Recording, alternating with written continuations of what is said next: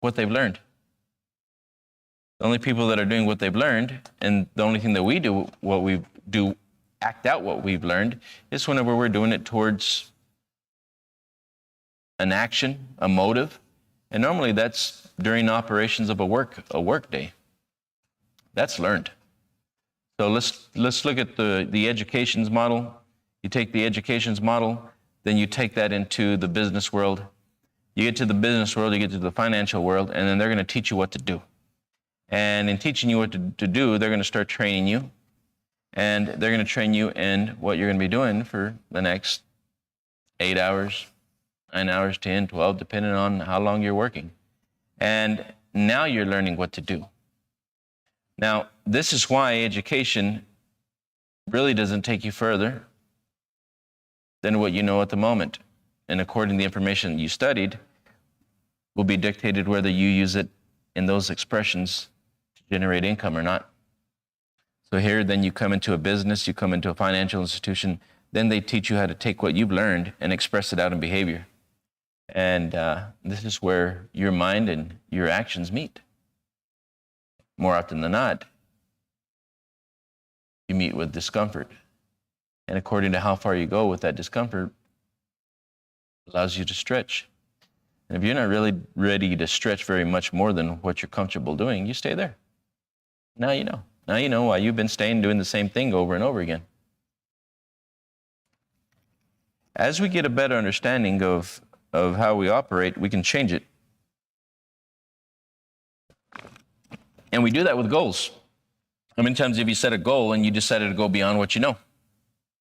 Not very often, because normally your goals are about what you think you can do, what you already know how to do. This is why setting goals and understanding how to set goals is so important, because that's the only thing that's going to change you. It's going to help you advance decision make. When you can advance decision make beyond what you know how to do, go research, go study, go learn from people that have done it. This is when you grow.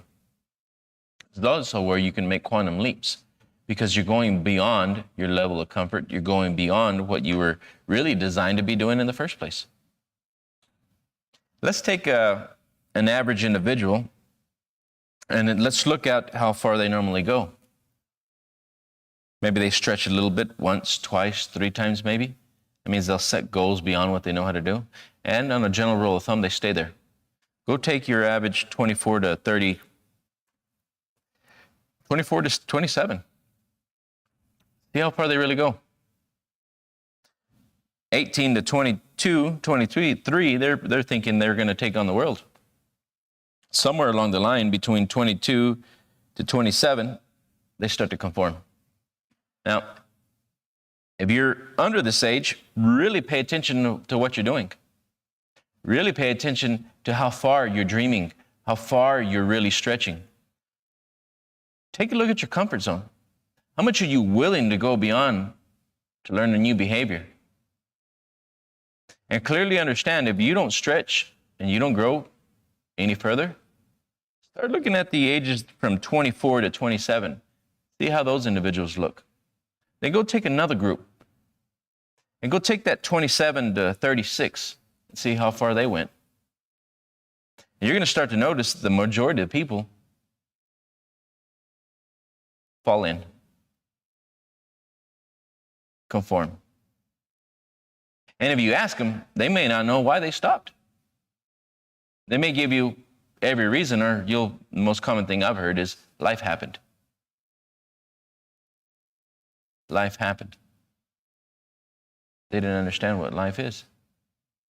That's right. You got 96, 97% that never even wake up. And they didn't understand that part where they say life happened. That means they conformed.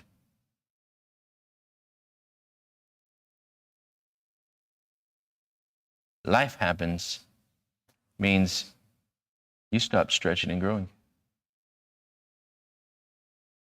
That means the fears, the doubts, the worries held you back. Life happened. They didn't know that they were programmed with beliefs and behaviors. And that's the average life that happens to the majority of people. And it's rather, really, a sad thing because they don't even know why they're stuck. They think it's because of him, because of her, because of them, because of that. They didn't know that they've got a lower consciousness about themselves that's controlling what they do and how far they go in life. What can you do about this? How can you grow? There's only one way.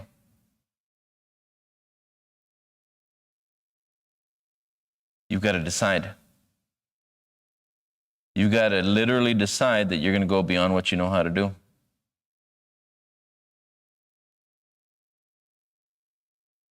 I'm going to put a video on here, and I play a lot of Bob's videos. One, to give you guys a better understanding of what we do, what we're teaching, but also give you guys the credibility. Bob passed away a couple of years ago, but he'd done this for 60 years. Studying, researching, successful people, and what it is that they've done to go beyond. He helped people become successful. He helped change lives of thousands and thousands of people.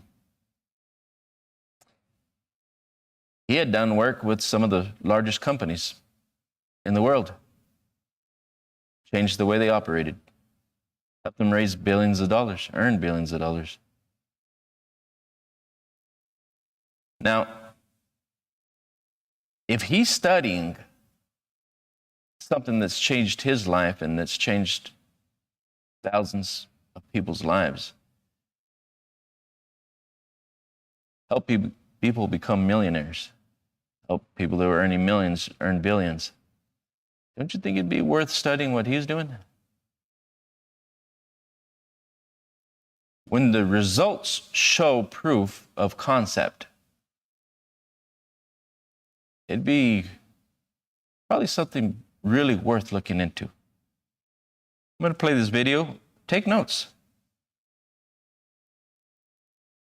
Take lots of notes.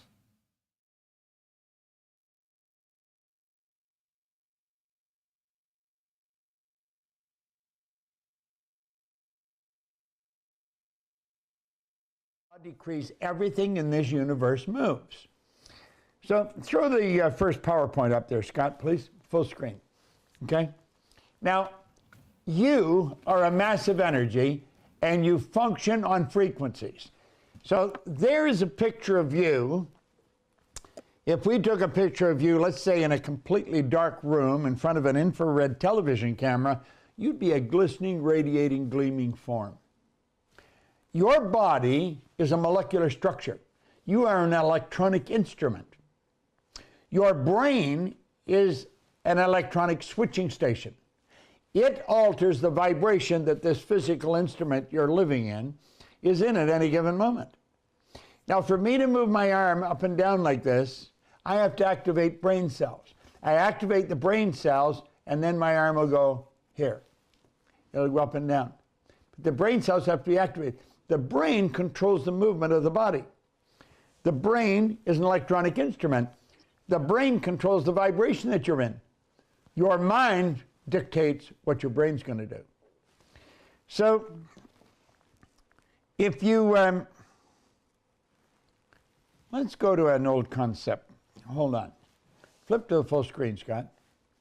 Now really pay attention here for a moment. The acorn is planted in the earth. Energy is attracted to the acorn's energy, and it becomes one with the acorn. Now, Aristotle used to hold up, it's said, I've read that Aristotle would hold an acorn up in front of the class in his hand, and he'd say, "What is this?" And he was waiting for somebody to say, "An oak tree." Well, Aristotle was wrong. There's no oak tree in that acorn. You could take that acorn and dissect it on the most powerful microscope in the world. You will not find an oak tree in the acorn. There's not one there. The oak tree is in the universe. The nucleus or the pattern plan is in the acorn. Now, when that acorn is planted in the earth, it can only attract energy that will cause it to grow into an oak tree. It will not attract energy that would cause it to grow into a maple tree or a carrot or a rose bush or corn. All those, the energy is in the earth that will cause all those things to grow, but it's not attracted to the acorn. So really pay attention here. Take it up again, Scott. All right, now that acorn is planted in the earth. Let's think of this for a moment. There's energy that's in harmony with that seed. And the energy could be a long ways away from the seed, which is the acorn. But that energy will start marching like an obedient soldier right to that acorn. Doesn't matter how far it is away, there's energy marching towards that acorn. And it keeps going until it becomes one with the acorn. Now just see, it's a long ways away, but there's an attractive force. Why? Because that energy, the little green dot represents the energy, it's on the same frequency as the acorn. And because it's on the same frequency, it starts to move toward it. It starts to move toward it. And as it moves towards it, then it becomes one with the acorn. Because it's on the same frequency, the acorn does the only thing it can do, it expands. And you'll find the roots coming out the bottom, and then it breaks through the earth, and it breaks through, and it starts to attract from the universe. It attracts from the atmosphere as well as from the earth. Everything is necessary for that oak tree to grow. Now think, there could be energy jammed right up against that acorn, right beside it, jammed smack right against it, that would cause a seed to grow into a carrot.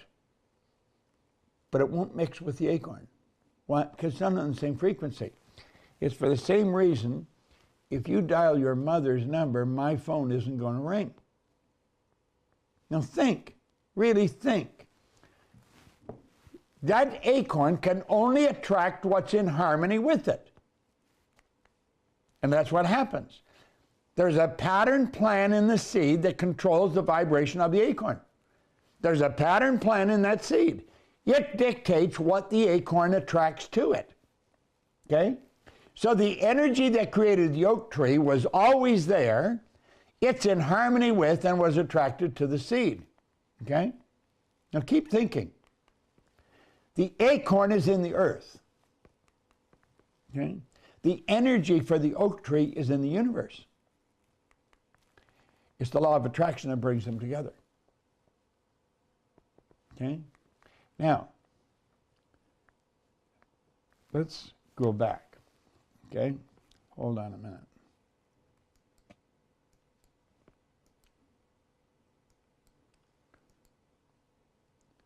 There you are. You are like that seed. You're a seed. You are. I am. This thing here, Bob. And Bob is attracting to him, right now as I'm talking to you, whatever's in harmonious vibration with me. Now, if you're having nothing but trouble coming to you, when I first got this book, you would not want to have been around me. Man, I'm telling you, what I was attracting just was not very good stuff. But then I attracted Ray Stanford and this book. So there must have been something good going on inside that I attracted him. But you see, I was having all kinds of problems. I was in harmony with the problems. So when Stanford said to me, Proctor, you're the only problem you'll ever have and you're the only solution, I really didn't know what he was talking about. What he was saying is, you are a seed. You vibrate. There's a pattern plan in your mind, and it controls the vibration that you're in most of the time. And the vibration you're in is dictating what you attract into your life. Now, what are you attracting into your life? Because the law of vibration dictates what you're attracting. If you look over on page 110, years before, second paragraph, years before anyone would accept the idea of a man traveling to the moon and then back to Earth, Dr. von Braun was asked what it would take to make a rocket that would reach the moon. He replied, the will to do it. Von Braun was clearly a brilliant man who possessed a great understanding of life and a tremendous awareness of the laws of the universe. In fact, he is considered by many experts in the field to be the father of the space program. Like all great achievers, he had gained a profound insight into the spiritual laws of life. And one of those laws is the law of attraction. That is the law that I would like to delve into here. All right? Now, let's think. Indeed, an understanding of this particular law is actually the key to understanding this entire book. It is. The reason this is so is that the law of attraction is the underlying principle which governs the level of your personal prosperity. The money that you're earning it's all to do with your consciousness. I don't care where it comes from. You say, well, he's giving it to me, she's giving it to me. No. You're attracting it. The same as you're attracting problems. However, to help you achieve a really solid grasp of this concept, it's necessary for us to focus briefly on another law, namely the law of vibration. Now, this, I've been studying this for a long, long time. I was not studying the law of vibration when I started to study this. The law of vibration came along quite a long time later. But here's the point. I've been studying this every day for 60 years. You don't have to study it every day 60 years to gain an understanding of what I understand. If I explain it well and you listen and then take and do it, you can gain what I've gained in 60 years, you can gain it in a very short period of time. So let's take a look again. Throw the screen up, Scott. Okay. Now, let's think. We'll go right through that because we went through that. Okay. Now, a frequency is a level of vibration. Okay. That's a frequency. Your phone operates on a frequency. Okay. Now think of this. There's an infinite number of frequencies. Okay. Take a break there for just shorten it, Scott. Now look it. I have two phones here. Here's one, right here. Here's another one.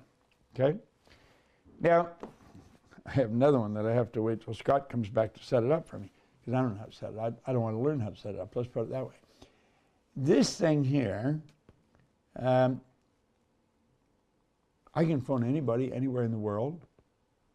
Scott Edwards, who's the studio director, he's in Manchester, England right now, but we're communicating back and forth on the phone. In fact, he's controlling the way this is run from his laptop over in Manchester in England. But here's the point. When I was a kid, I've said this many times, we never had a phone in our house. And when I'm not talking about 2 or 3, I'm talking about when I'm 12, 13, 14, we had no phone. The only people who had phone were wealthy people. Now, you didn't have to have very much to be considered a wealthy person around our house. You just had a little more than we did. You were a wealthy person. But anyway, we didn't have phones. First of all, you had to be able to afford it. Then you had to be able to qualify. You had to go on a waiting list. Now, my mother, I suppose, must have put us on a waiting list because I remember when we got our first phone. I would be around 15 years old. And I remember the phone number was Oxford 3137. Why were there so few phones? Because we didn't have the awareness of the fact that there's an infinite number of frequencies. We did not know that. We didn't know it. Now look at, there's an infinite number of frequencies and they're all hooked together. Every frequency is connected to the one above and the one below. That's why we can slip from one frequency to another without any difficulty. See, every frequency is hooked up to the one above and the one below. And there's an infinite number of frequencies. That's why you have millions of cell phones today. Millions. Now, if we really start to understand this, If we want something we haven't got, we've got to move on to a higher frequency or onto a different frequency. Just the same, if you want to phone me, you've got to have my phone number. In other words, my frequency has to be programmed into your phone. And then you just hit a couple of dots and send, and boom, you're on. And you'll be clicking with me. Doesn't matter where I am in the world. I could be in Shanghai, you could be in Buenos Aires, and my phone would ring if you hit send, and you have my number in your phone. There's an infinite number of frequencies. Now, there was always an infinite number of frequencies, but as a people, we weren't aware of that. And when we did become aware, we didn't know how to tap into it. We didn't know how to work in harmony with it. And now you get a little chip, and you get the whole world on that little chip. Now, I remember there was a minister came to a seminar down in Oklahoma. He was from Broken Arrow, Oklahoma. And he was brought to the seminar by someone in his parish, I guess, or in his church. One of the prudential agents brought his minister to the seminar. And when the seminar was over, he came up and he told me who he was and how he got there. He had been invited by an agent. And he said, I've really enjoyed this. We did 4 days, 1 day a week for 4 weeks. And he said, I got so much out of here. And he says, I got a ton of sermons out of this. And I thought, I'll bet you did. And he said, I want to give you something that's very valuable. And he handed me a little tiny plastic square. And he had it in a little box when he gave it to me. He said, the whole Bible's on that chip. The entire Bible is on, it was some kind of microfiche film, whatever. And you see how far we had moved from the time we just got the phone until we could put the whole Bible on that little screen. And look what we do with now. Why? Because we start to understand this thing on frequencies. Now, here's what you want. So here we are getting a better understanding of the law of vibration, energy, who we are, the way we really work. And what we're actually getting a better understanding of is ourselves and the material world. And the reason we want to have a better understanding of ourselves as the material world is because that's all we have. And when you don't understand yourself, you don't understand where you're going. You don't even understand what you're doing. Now, a lot of you may say, no, I know exactly what I'm doing. Do you? If you did, would you still be where you're at? Would you still be doing what you're doing if you really knew what you were doing? And that is one of the largest problems that we have.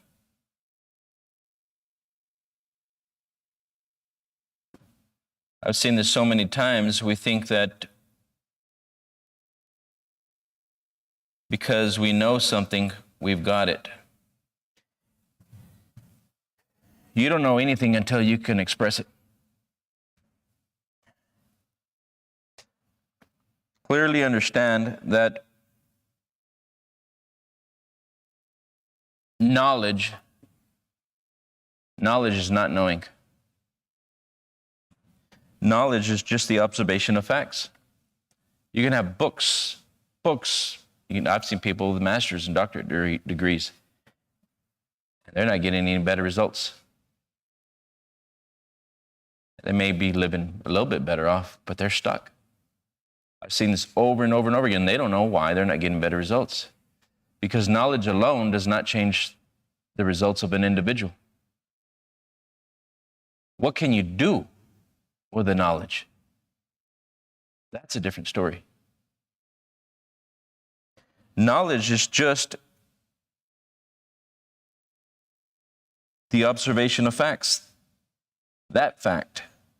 And that's the key. Knowledge is the observation of that fact.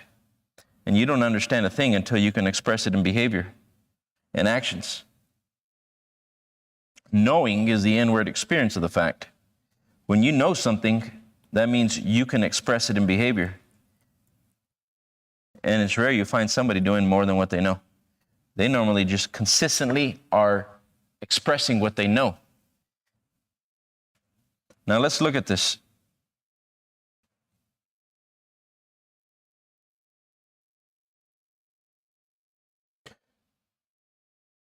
Where are you at today? What are you doing today? How many times have you consistently expressed the same behavior, expecting different results?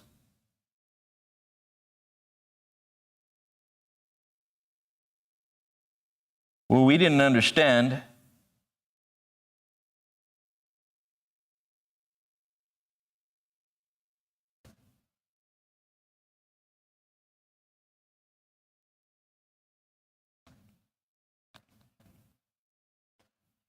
if we really knew and did what we know, we would literally astonish ourselves, but we don't.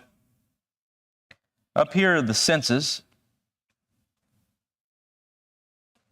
These antennas pick up information from our outside world. You can hear me. But you keep doing what you do. Why? Because you're thinking from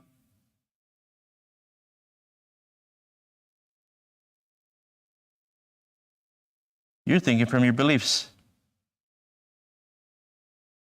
You keep thinking from these ideas.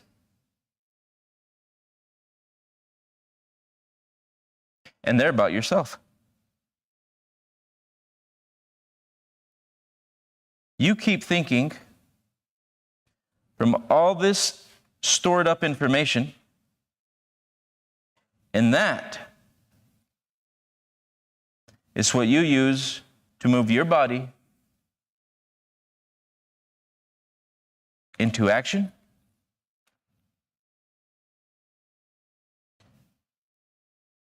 reaction. And this is where you meet the two. Action, reaction is where you meet with your thoughts and the results. Action, reaction. Somewhere here in between, you exist. And this is the way the average individual lives their whole life. You see, they didn't know that 98% of their life is produced by unconscious behavior. They didn't know that 98% of the way they think is coming from the deep-rooted ideas about themselves to themselves.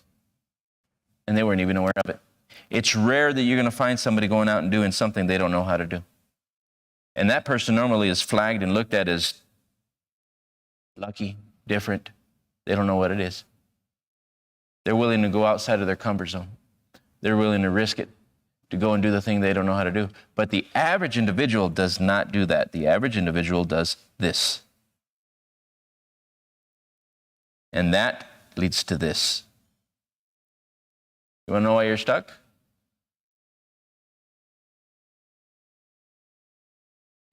Because you keep consistently. There's a difference in consistency. When you're consistent, that means you do over and over and over. But the problem is you keep doing over and over and over what you already know. I said it earlier, it's rare you're going to find somebody doing something they don't know how to do. The problem is that this paradigm, this programming, these paradigms will consistently move you in the same direction. Because the beliefs have control of the way you think.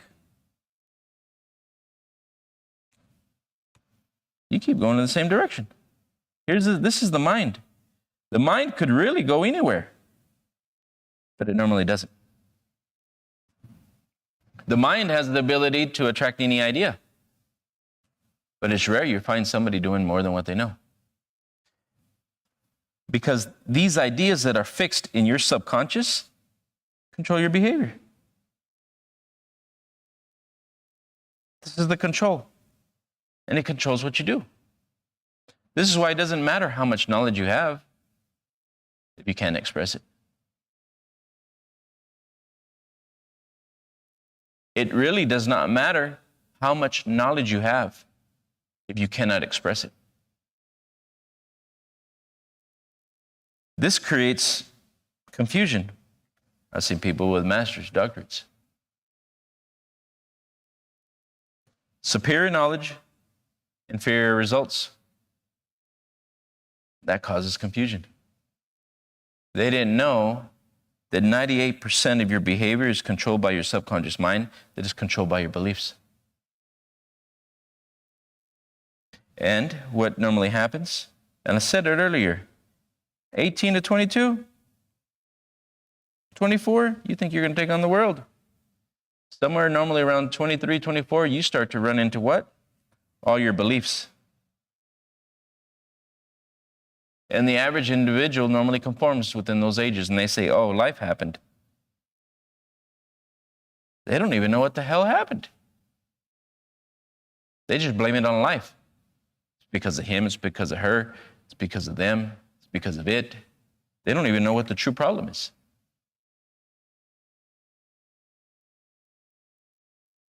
That's a sad thing, to not even know what's holding you back.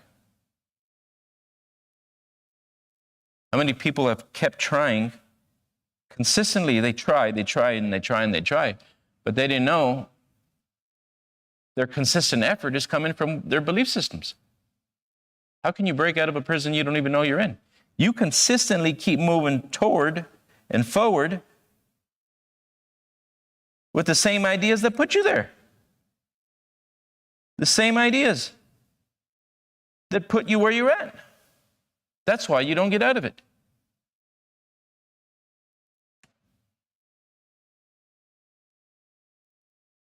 In order to see something different, you must first be something different.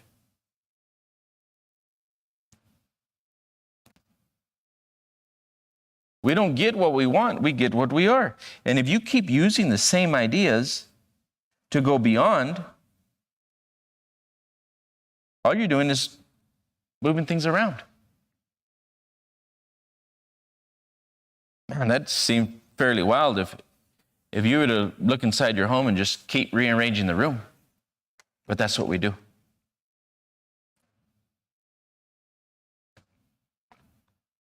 We want a different house. We want a different home. But all we do is keep rearranging the room. Interesting. And wonder what the hell's the problem. You want a different lifestyle. You want a different life. But all you keep doing is rearranging your thoughts. That's why you're not going any further. It's not because you can't. It's because you keep using the same fixed ideas to want to create different results. Nothing's going to change. It doesn't matter how many times you move the lamp from one end of the room to the next end of the room, to the other side of the room, to the opposite side of the room. It's the same fixed ideas. It's the same fixed product. Who brought the lamp in to begin with? Who found the place you're renting? Who found the place you're buying? That's right. Who bought all the things that you now experience inside of the house? That's right. So according to your level of awareness, you've done this. You can try to rearrange the things. Hell, you can sell the house and try and go buy another home. You may get 15, 20, 30% out of it. It may change a little bit, but it's not going to be much. You may try and go buy more things for that house, but it's not going to get much. It's going to be more or less the same price ranges. Maybe a little bit more, not much. How many times do you want to go through life trying to rearrange the things outside of yourself, never to understand that the whole problem was you?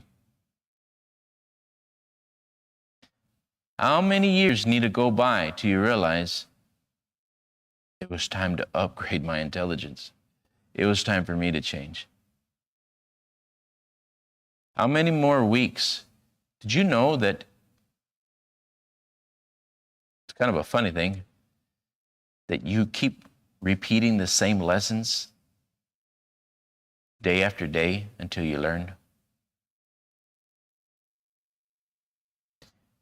That's why your outside world has stayed more or less the same.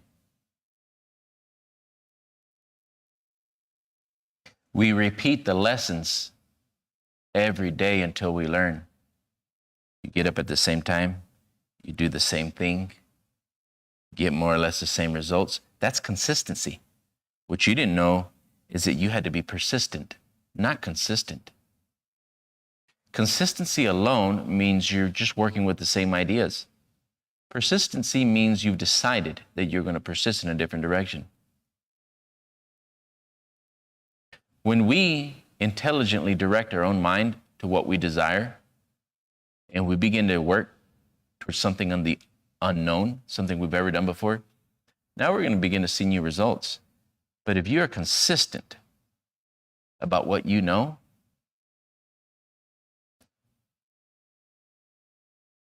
you can only go as far as you've ever gone. What ideas keep persisting consistently in you? That were not your choice. They were given to you. You see, you got a goal. I got a goal. Everybody has a goal. But it's rare, very rare, and really rare that you see somebody puts their own goal. They're normally using the goals from their stories they keep telling themselves. Normally the beliefs are the goal. Their habits and behaviors are the goal. Their dad, their mom's stories are the goal. All the beliefs can and cannot are the goal. It's rare you see somebody setting their own goal, their true desire, and going after that. They're normally just doing what they know how to do. You got the opportunity right now to make a decision, but the average individual does not make a decision. You've got to be that 3%, 3 to 5% that is willing to go beyond what they know if you really want to live. If not, conform. But I promise you one thing. You will repeat the lessons for the rest of your life until you learn. And the average individual repeats it their whole life. I didn't want to live like that. I couldn't imagine living the same story every day. For 40, 60, 70, 80 years, I couldn't imagine living like that. That's not living. Man, if you repeat the same day over and over again for the rest of your life,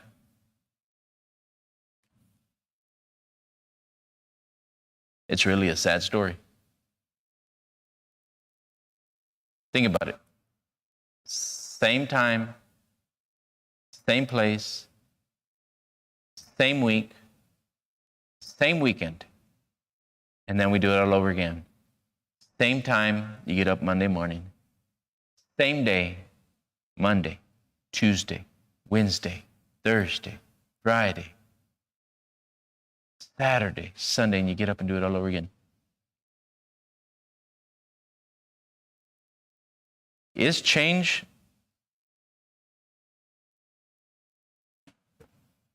difficult? A little bit. Is it hard to change your mindset? Hard to develop yourself? A little bit. But not as hard as repeating the same lessons for the next 20, 30, 40, 60, 80 years. That's even harder. That is a long time of self-doubt. That's a long time of self-doubt.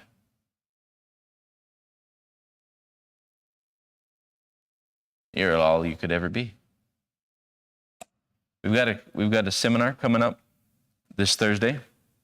I'm inviting you guys to bet on yourselves. Come and learn something different.